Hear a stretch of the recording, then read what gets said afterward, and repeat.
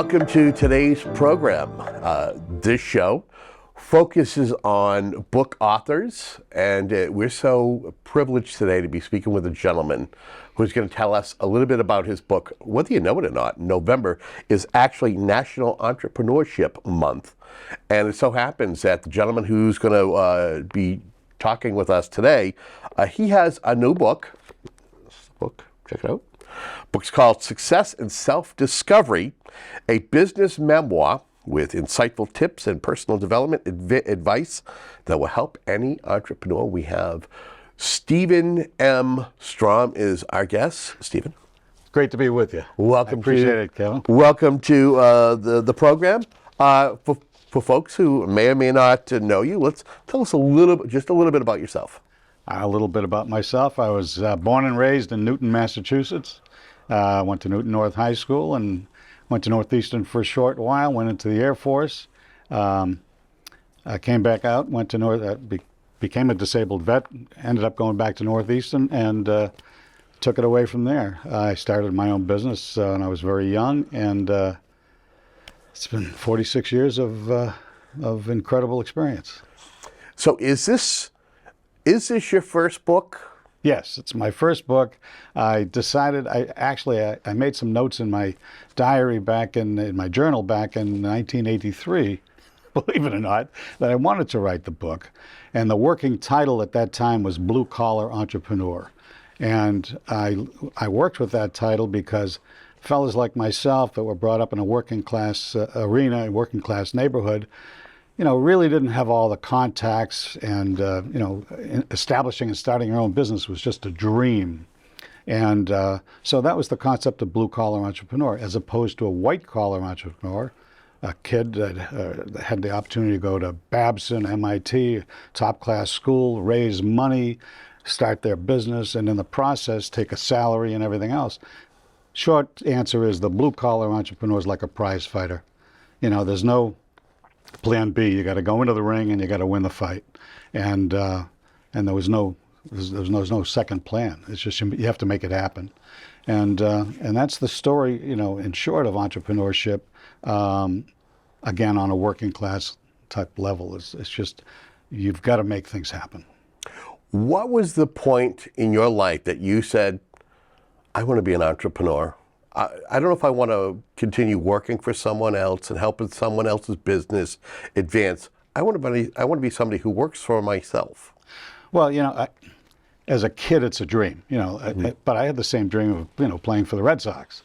I had an uncle that was very successful. He was a sales rep, manufacturer's rep, and he was in Seattle, and he would come to Boston. And I just remember as a young kid, probably about 6 years old, and I remember his name is Sam Stroum. Sam was in our kitchen, and he had his foot up on a step ladder, and I looked down, I saw those black alligator shoes, and he was beautifully groomed, very meticulous. And I said to myself, geez, that's the kind of guy I want to be. And that was a kid's dream. And then as you get older, you figure out how you're going to go about doing that.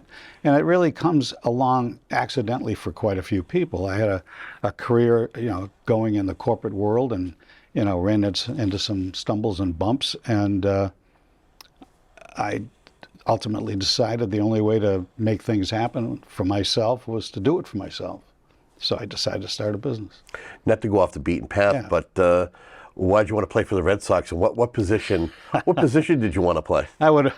Every kid's dream. Sure. I would have played a catcher. That was the position I played. Fan of like a Carlton Fisk or something like that? Or probably a chubbier version of Carlton Fisk at that time. Okay. Let's talk a little bit about the business. You talk about being in business for 46 years at the Venmark Corporation. How did that get started? Interestingly enough, it got started really in San Francisco. I had an experience. I was working with a company called Newsmaker. Let me back up a second. I worked for Fireman's Fund American Life Insurance Company, and I took over sales territory that was 49th out of 50 from the company, brought it up to third place within 3 months, outproduced my predecessor's entire previous year, and I really felt great. I got called into my boss's office, sales manager's office, and I figured I'm going to get a raise. I'm going to, something good's going to happen. And he said to me, Steve, in life, some people need steak to be happy, and others are satisfied with pork and beans. He said, around here, pork and beans are just fine. Do you get my drift?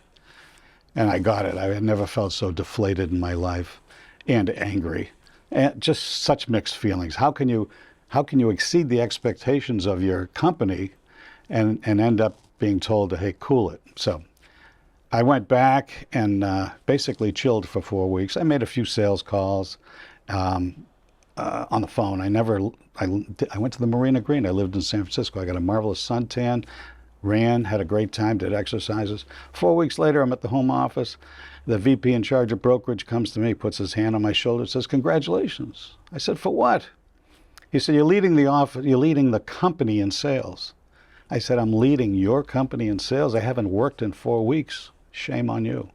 By this point, obviously, I didn't care if I got fired or not. He called me into his office, was a really nice guy, and he said, what's going on? And I told him. He said, well, what would you like to do? I said, I'd like to write the national sales training program for this company. You people obviously have no idea what you're doing. So he said, well, what if we don't? I said, well, I'll go to Safeco, the competitor. And long story short, they triple promoted me into the home office, and it became a disaster. Because in the field, in sales, you go out, you know more about your product than your customer does, and you're bringing something of value to them. And when in the home office, I was just another schnook. I'm just sitting there and, with a big office, wide open space. Didn't even have a private office, where in the field I had a company car, reputation, some status, and so forth, and a challenge. So long story short, I ended up giving a presentation in 1975. Interestingly enough, the Red Sox were in the World Series, and I remember walking up to the podium and seeing Johnny Bench catching. And so I gave the presentation on the new sales training program. It was a disaster. Absolute disaster. I almost got booed off the rostrum. I hadn't built alliances. I didn't understand the corporate setting. Frankly, didn't like it. So that night, ironically, we had a friend coming up to the city in San Francisco where we lived, and he had bumped into another fella. And long story short, they had a company called Newsmaker, and it was in marketing the most effective promotional technique for smaller companies, for any company, but especially for smaller companies, is publicity. You get news coverage on the media, news coverage in trade magazines, TV, radio, whatever it might be, and that news coverage is free, and somebody else is telling your story for you. It's a third-party story. So that was the company, Newsmaker, and my job was to create a package like the insurance industry, where I would teach salespeople how to sell publicity as opposed to teach them how to sell insurance.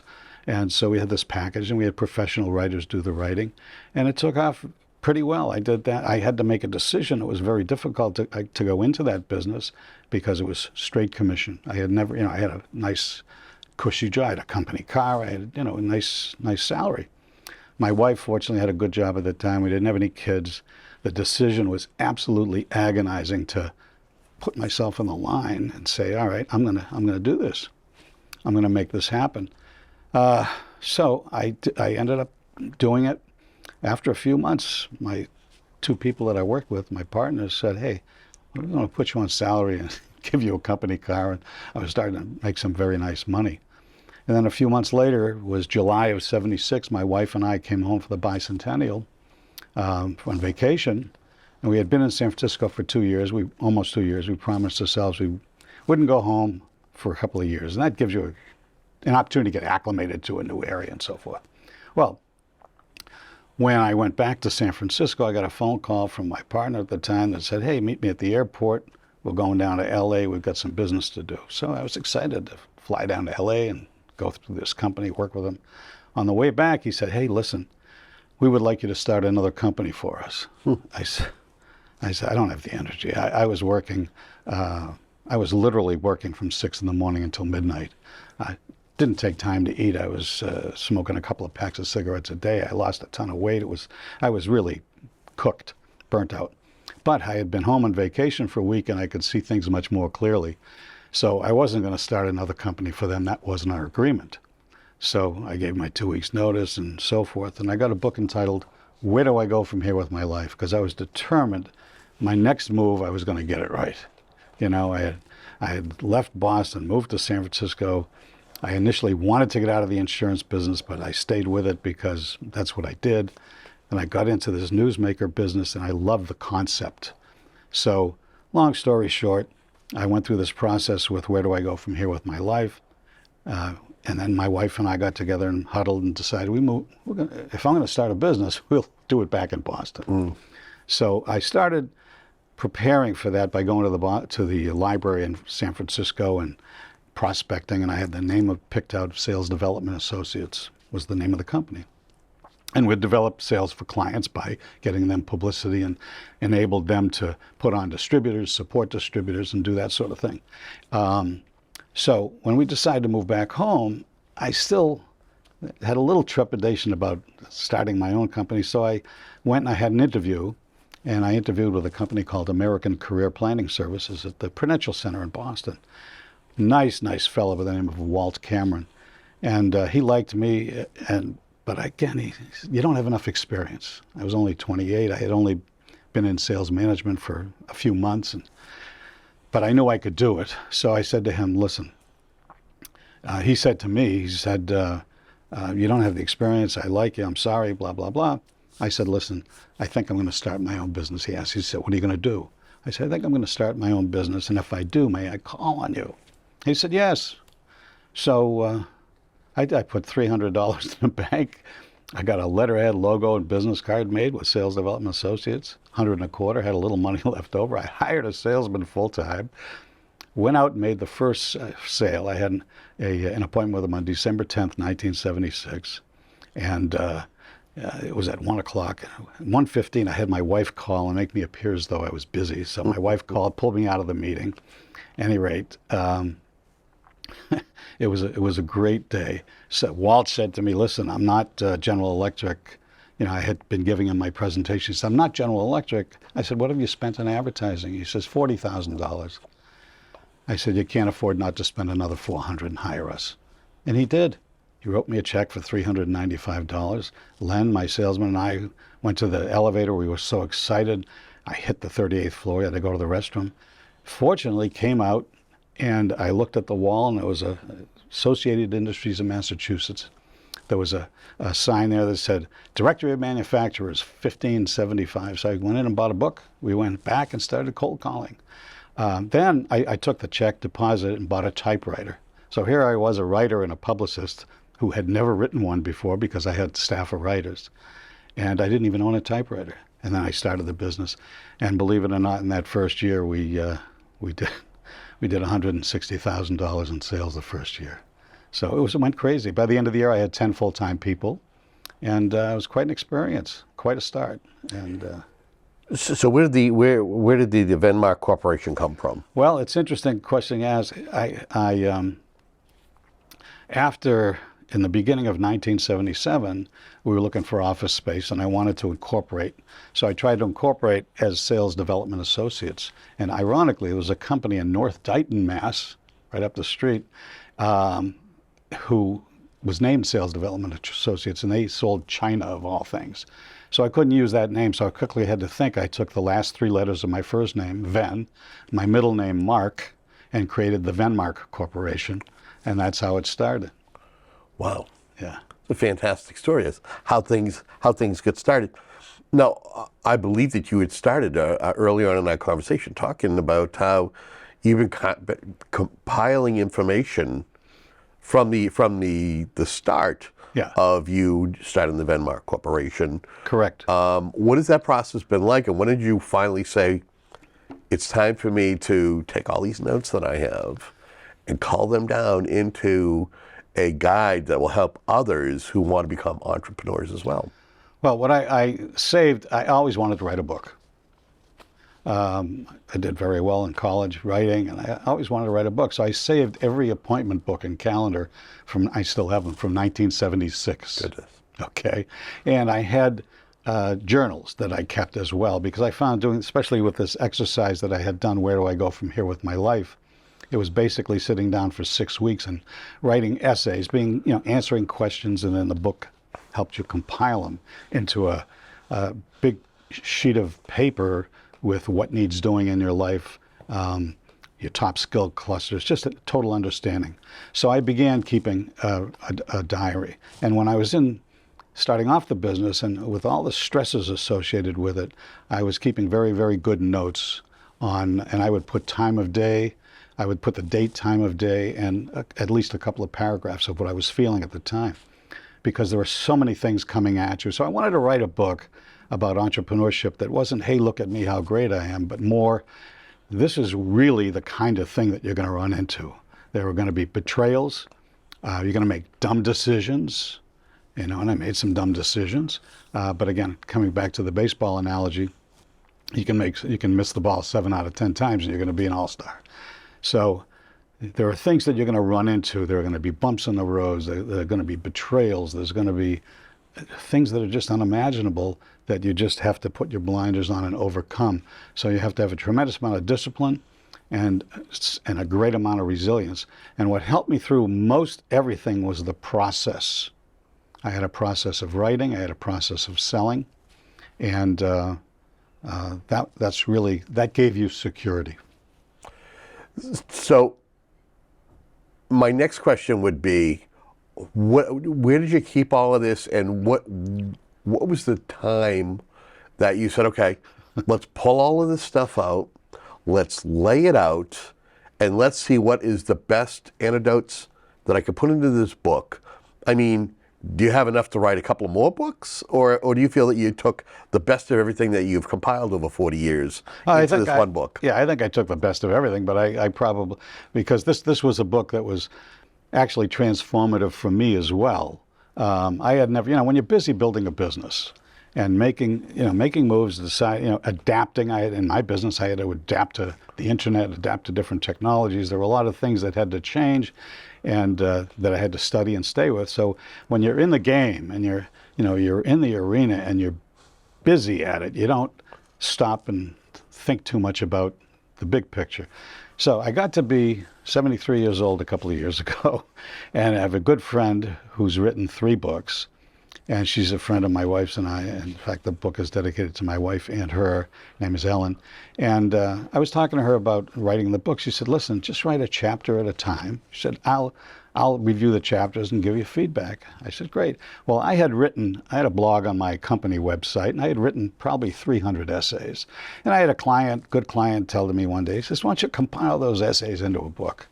And So anyway, when I was 73, I finally looked at myself in the mirror and I said, Stroum, you've been talking about doing this for 40 years. It's about time you get off your butt and do it. So I started to do it, and I was writing and compiling some of the essays and, extracting information from different places that I had written previously. And I came up with 22 chapters, and I'm told it's very engaging, very readable. I've had clients I had one client tell me she read the book, she started reading it and cried. And because I pour my heart out in the book about family issues, when I became successful very young, at 28, all of a sudden earning 6 figures and really taking off. And this was back when 6 figures was a lot of money. The average income was $11,000 a year. So I'm doing very well, but rather than being elated, I became depressed.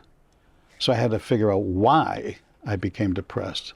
And I got involved with therapy, and I was actually in therapy at one point 3 days a week, because I had 12 employees that I was responsible for, 12 families, and I needed to keep myself together.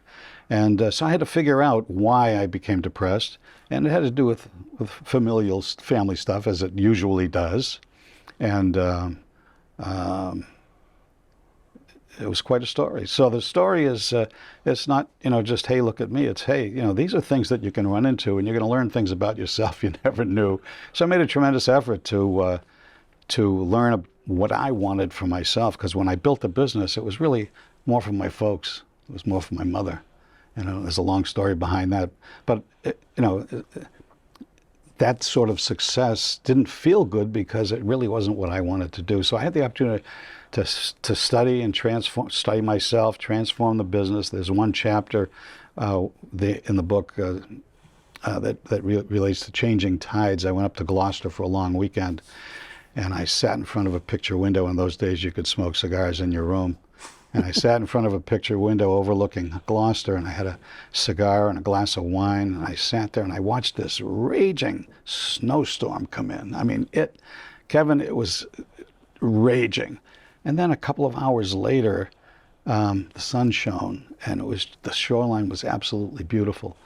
And it really was a metaphor for what I was experiencing, you know. And I wrote that weekend, I wrote a tremendous amount about my life and what I was doing, and decided to, downsize the business somewhat. I was caught up in sales management. I didn't really enjoy it, but I loved selling and servicing and I work with the same clients now for 46 years. I've kept a dozen clients that I've had all these years. So it was a very transformative experience for me. So when I wrote the book, finally, and then got it edited, I again changed the name from Blue Collar Entrepreneur to Success and Self-Discovery, because that's really what it was about, discovering what would make me happy. And I created the business that would make me happy, and ultimately it became a one-man business. And I, at one point, looked to sell it, and the business broker, after analyzing everything, looked at me and said, "You have the best one-man business I've ever seen in my entire career. I wouldn't sell it if I were you." And I haven't. I'm still active with it and love it.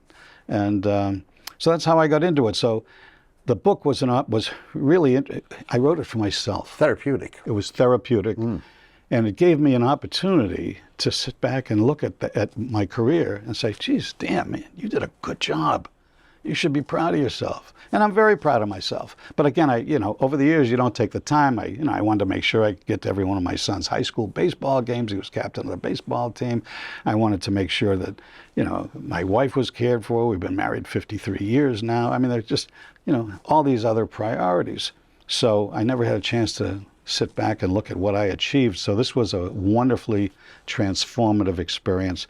And again, it's a book that can help people realize things that are getting in their way. One of the authors that I studied was Martha Friedman. She wrote a book called Overcoming the Fear of Success. And there's a lot been written about this. A lot of people are afraid of success, because with success comes tremendous responsibility. And in my family, I was on the bottom. So when I became successful, it toppled everything around a little bit, and created some problems that I had to iron out and figure out. And because people pigeonhole you a certain way, they identify you a certain way. They do. And you need to identify who you are and move ahead in that respect. So this book will help people do that. But not only that, with respect to entrepreneurship, I show people exactly how to write publicity releases, how to prepare them. I show them how to create a sales presentation. I was able to learn from a master. And there's really the nuggets there to execute. It's one thing to want to do it. It's another thing to make it happen. So let me ask you, in the book you mention the importance of processes. What do you mean by that? Okay, let me give you an example. I had always been, as a kid, a BC student. I had a label. My label was, Steve struggles, he works hard, and he gets B's and C's. I had two brothers who got A's, straight A's, without doing anything, without hardly working. And they were in Curriculum 1 in high school. So when I went to college, I went to Northeastern. First year I was in the Burlington campus. Second year I was in the Boston campus. And I had this fellow in class with me by the name of Dave Whitney. And Dave, slender guy, long hair in those days. This was 1968, 70, I forget exactly. Yeah, I graduated in 68. And David was a straight A student, but he didn't seem much smarter than me. So I said to him one day, we're sitting on the quad, we're sitting at the campus at Northeastern, people are flipping Frisbees around. I said, Dave, I got to tell you, you get straight A's and I get B's and C's. What's the deal? You don't seem that much smarter than me. And he said, Steve, I'll tell you the truth, I am much smarter than you, and here's why. And he showed me his study process. He had a process where he would get a syllabus from every professor every trimester. If they didn't have one, he insisted on one verbally, and he laid out his calendar for the entire 3 months, every hour of every day when he was going to be studying what his behavior was going to be. This was his process. So he showed me that process. I implemented the process, and guess what? I got straight A's my last 4 years of college. Straight A's because of that process. So when I got involved in business, and I got involved in business in California, I was fortunate enough to work for a fellow named Mike Gerber. Michael Gerber has written 13 different books, or more than that probably. He's one called The E-Myth, which is a great book. So you should buy 2 books, Success and Self-Discovery and The E-Myth. But Mike showed me the sales process for a sales presentation, introduction and so on and so forth. The difference between open-ended questions to gather information and closed-end questions to gather affirmation. So there's a whole process. So by knowing these processes, you can then excel. Another thing in a sales presentation, for example, a parallel that when I've taught classes on sales is you can be driving down the street in your automobile, and you can be driving in your car, and you can only see so much because you need to watch the road. You need to look at the road. But if you're on a train, you can observe everything because somebody else is doing the driving, and that's what a process is. A process is like a roadmap, and it takes you where you want to go. So by revering processes so much, I've been able to, when I've gotten nervous about certain things, when I started the business, it's nerve-wracking, I always relied on the process. And I knew that to make so many sales, I had to make so many sales calls. I had to see so many people. To see so many people, I had to make X number of appointments. To make so many appointments, I had to make so many phone calls. So the game became making so many phone calls Monday morning, Tuesday afternoon, Wednesday morning, Thursday afternoon, Friday morning. So that process was comfortable because I didn't have to think about making a living and making a whole bunch of sales. All I had to think about was making 20 phone calls an hour. And by being organized, it sounds as though that was an ingredient to success. Oh, without a doubt. You have to be organized. You have to be extremely well organized, and you have to be consistent. And you have to tell your clients that you love them. My wife, I tell my wife every day I love her, and she knows I do. We've been married 53 years. My clients know I love them, and I remind them of that all the time by sending them examples of my work and how it's helped them and talking to them about it. And they love it because they know I care. And that's why I've been able to keep clients for 46 years. So again, there's a lot of information in this book about how to succeed in your own small business. And there are 22 chapters. It's not all, it's an entertaining story. And again, it started off when I quit college the first time I went in the middle of the Vietnam War. And I was at a low point in my life, and I went to my father and I said, Dad, this is what I've done. I've quit college and I'm going to join the Air Force. And he looked at me and said, you're stupid just like your brothers, and you're a quitter. And Kevin, that's the last time anybody ever called me a quitter. And it turned out to be the most motivational thing my dad could have ever done. And I later in life told him that, and but in that particular moment, when I really could have used a hug because I made a stupid decision, he reinforced the fact that I really made a stupid decision, and I moved on from there. So there's some real stuff in there, and real family issues too. I had instead of when my business really took off, and instead of doing what was proper and what I knew because I had a degree in management, making a list of things to do, and making a list of components to a job description and what I needed, I went and I hired my brother because I figured, boy, this will be great. I can trust my brother and so forth. And that was a huge mistake because I should have been hiring a person to do a specific job and doing it practically as opposed to emotionally. And so that became a huge mess. And that's in the book as well. So again, there were so many topics. It's incredible. I have one chapter entitled "Low Pricing Can Kill Your Business." People say, low pricing? Geez, I always look to economize.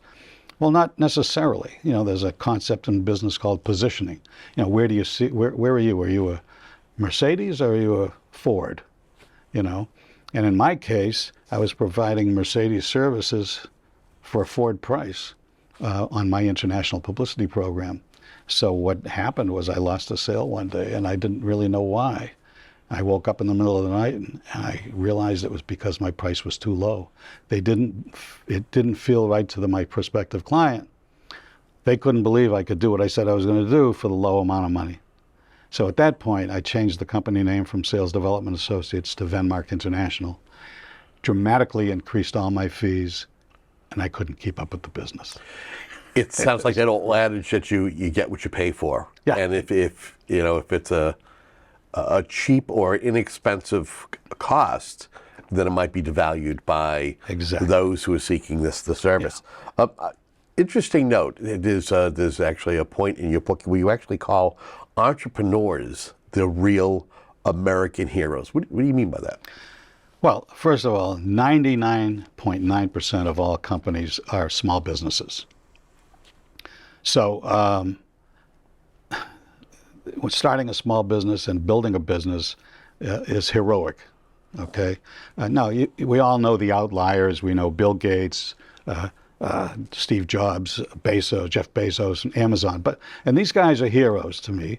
You know, Jeff Bezos has created 1.6 million jobs, and he's created a company that allowed me to self-publish a book. He created a company that's allowed a lot of small business people to sell their wares very cost effectively. Bill Gates, this is a guy that started a foundation that's cleaned up malaria and polio, all kinds of wonderful things. I could go on and on. The fellow that helped finance Home Depot now set up New York NYU Medical School so people can go there and get a degree for nothing. So these are Ken Langone. These are wonderful things that entrepreneurs do. But on our level, back home, I drove down the street, for example, there was a Sullivan Tire. Sullivan just sold his entire company to his employees. That's incredible. I have friends who've sold their businesses and made a stipulation that those employees stay until they retire. So you take care of your people. I've given my employees money for rent. I mean, this is what small business people do. There's a great deal of loyalty. And small business are the American heroes. They employ most of the people in this country, create most of the jobs in this country, and they also do marvelous community work, support institutions, run bake sales, run contests, do all kinds of things for philanthropy. And that's the American spirit, the American dream. And it's free enterprise, it's freedom. That's what I love about, that's why I call entrepreneurs the American heroes. So let's talk about the state of entrepreneurship in America. Where do you see it today? Today it's a little encumbered by Joe Biden, frankly. There's been tremendous regulation in the last 3, excessive regulation.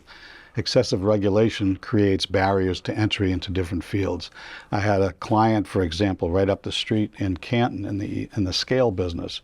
And when Obama started with his excessive regulations, when he was in office, I said to this fellow, I said, "Ray, are you concerned about competition?" He says, "No." I said, "Why?"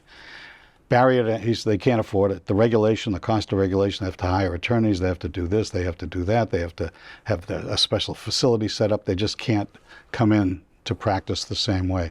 So I think, if you look back historically, when Reagan lowered taxes and lowered regulations, more businesses were created in the 80s. The 80s, it was an extraordinary economic ecosystem for business development.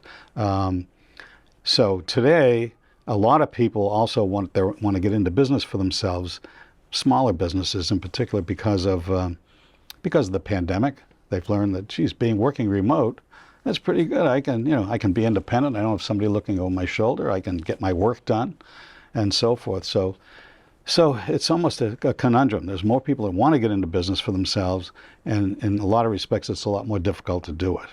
And I think, my opinion is government should stay out of it. For example, you look at government that wants to regulate Uber and Lyft. These folks are driving Ubers and doing Lyfts because they want to be in business for themselves. They don't want to be bothered. They don't want to be tied up in a union somewhere. They want freedom. So freedom is really what it's all about. And that's the most exciting thing about working for yourself and being self-employed, is to be free. What can we as a culture do to encourage our, younger generation or generations to start their own business and not have fear of regulation and failure? What can we can do what you're doing right now. On a high side with regard to President Obama, he started this National Entrepreneurship Month in 2011, and nobody's heard about it. I don't believe you heard about it until we were introduced. Mm-hmm. And so I think more people talking about entrepreneurship and starting your own business and being independent.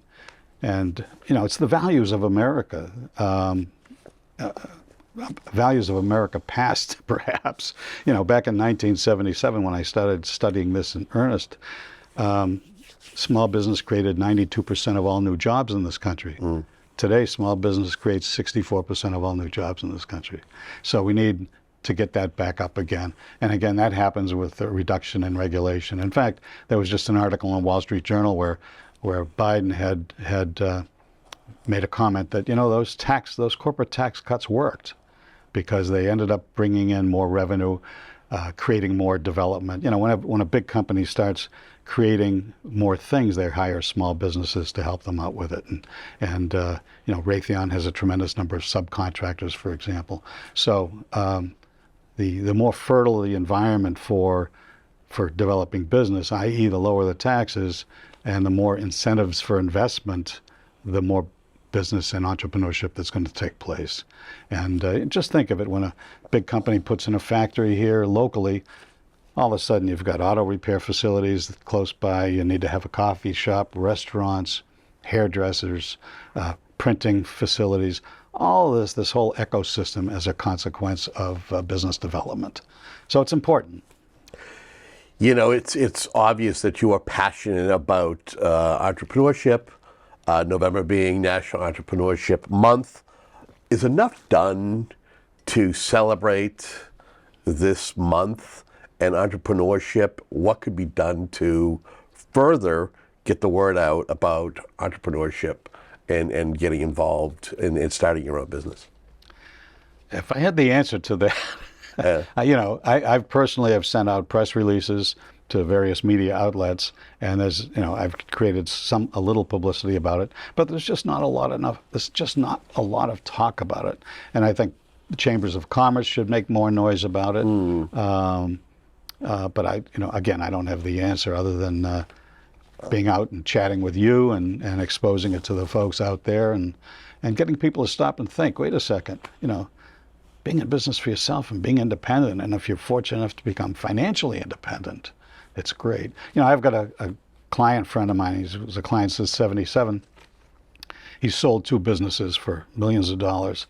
He's 79 years old. He said, Steve, we have lunch every month. He said, Steve, I still get up every day trying to figure out how to make some money.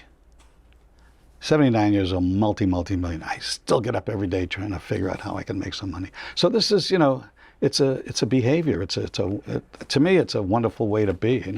I get up every day trying to figure out how to sell books. But is there a surefire way to instill ambition or common sense in individuals, or is it something you possess?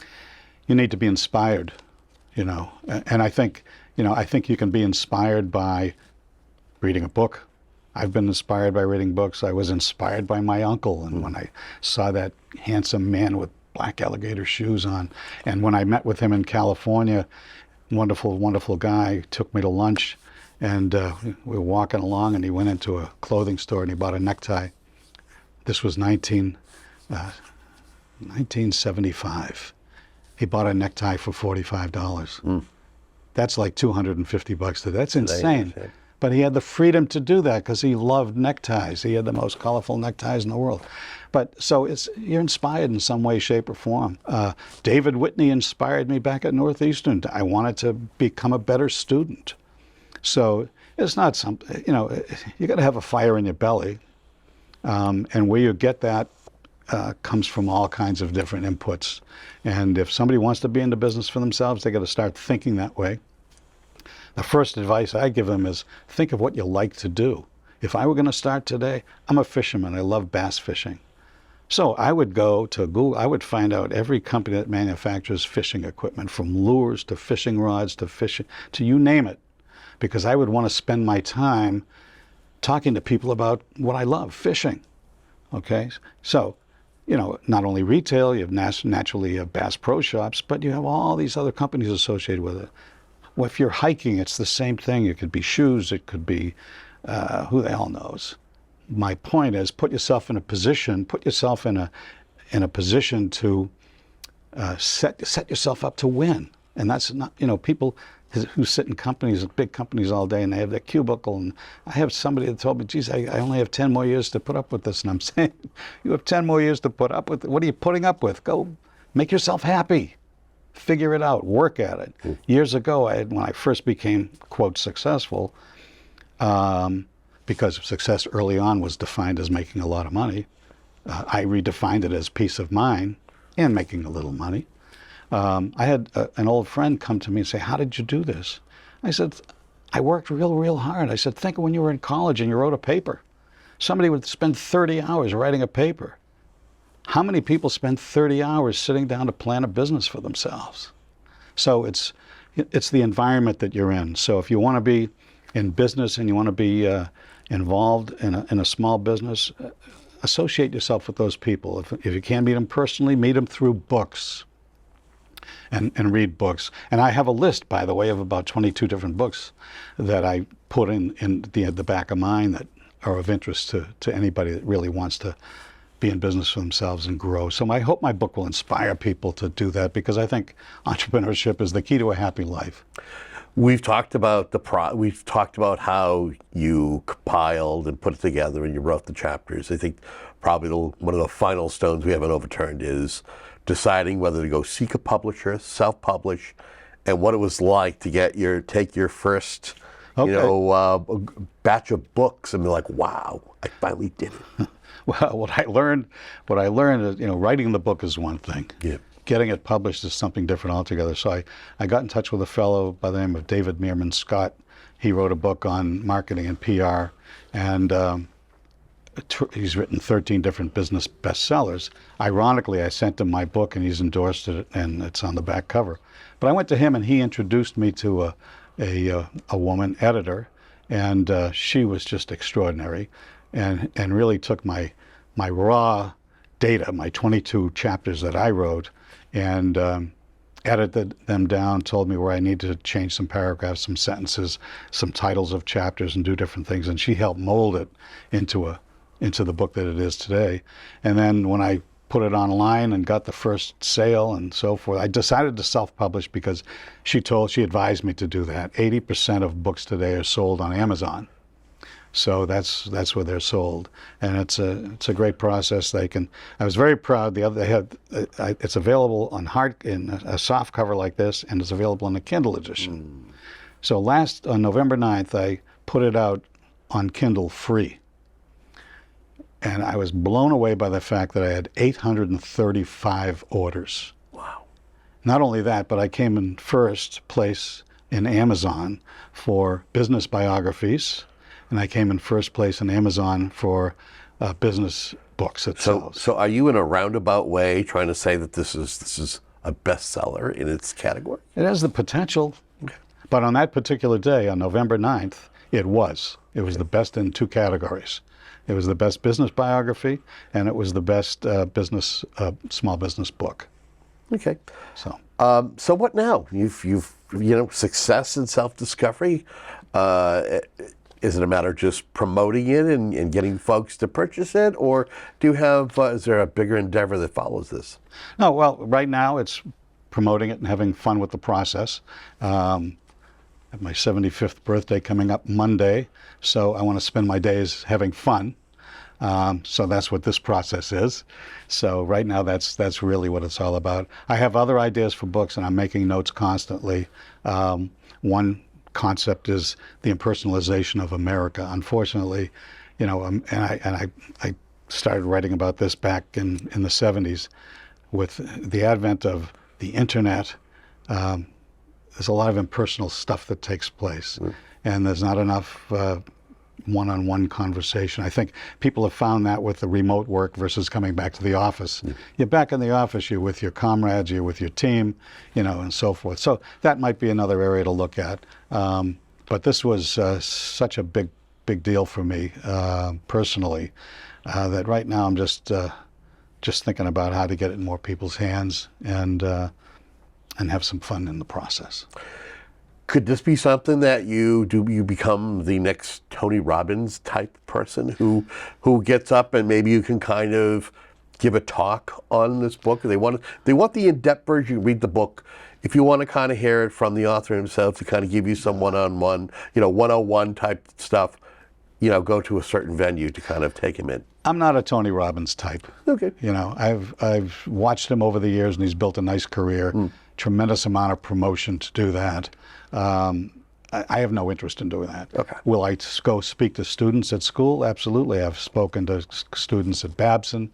I spoke to students at BC, at Northeastern. Delighted to do that. Delighted to speak to students. Delighted to speak to students in a high school environment. That's fun stuff that can really impact somebody. Somebody can leave a classroom in that day and say, geez, I want to be like him. So, wow. This weekend, I did another TV program for a fellow in New York who used to be in the pharma industry for 30 years in the pharmaceutical business, Greg Cellini, Brother Greg. He saw a news release that I put out. He saw my own publicity, and he said, would you send me a book, please? I did. And he invited me on his program, radio program, Thank God for Mondays. And the interesting thing about Greg was in the pharma industry for 30 years. He wanted to do something that was more meaningful, so he became a Franciscan brother. Contacted me through this process, and we had a terrific interview on TV. And the reason he wanted it is because he's trying to help children. He's trying to help kids transform themselves from reform schools, from a disadvantaged background. And he wants to inspire them, and he wants to help them. And that was why he chose to put me on TV with them and so forth. That feels great.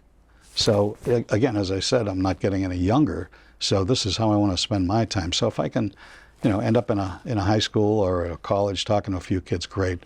But I don't want to go out and be a Tony Robbins. I don't want to make a business out of it. As someone who has published a book successfully, if you were to give some advice to someone who is, probably thinking about writing a book, or maybe they were you, 40-something years ago, starting to compile.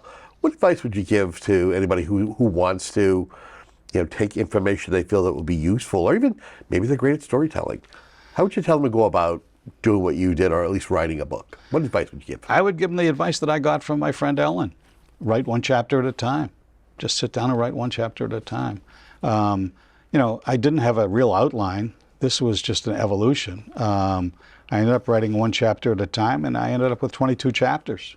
And then I found a great editor, and she got rid of about 15,000 words. So it's a 300-page book, but it used to be, considerably longer. So it's just do it. Just start off. Make notes. Buy a notebook. My same friend I told you about that wakes up every day figuring out how to make money. He used to say to me, and he taught me this, and I've been fortunate enough I've worked with small business owners for the last 46 years. These are bright people, and they're exciting people to be with. And what he told me that when he was going to start a new project, he would open up a file folder, put the tag on the top of the file folder, open it up, and put one piece of paper with what his goal or his note was, close it up, put it in his drawer. And he'd go on through the day. If he found something that was relevant, he'd throw it in that folder. After a couple of months, the folder got pretty thick, and he was able to look at it and refine his ideas. So it's just do something. Just start off doing something. and I didn't sit there idly for 40 years. I mean, I made notes. I wrote over 300 essays. So, but I finally had the opportunity a couple of years ago to just get to it, and I confronted myself about it because I had been afraid to do it. There's always a when you're a blue collar kid growing up, there's always a fear, I might not be good enough to do that.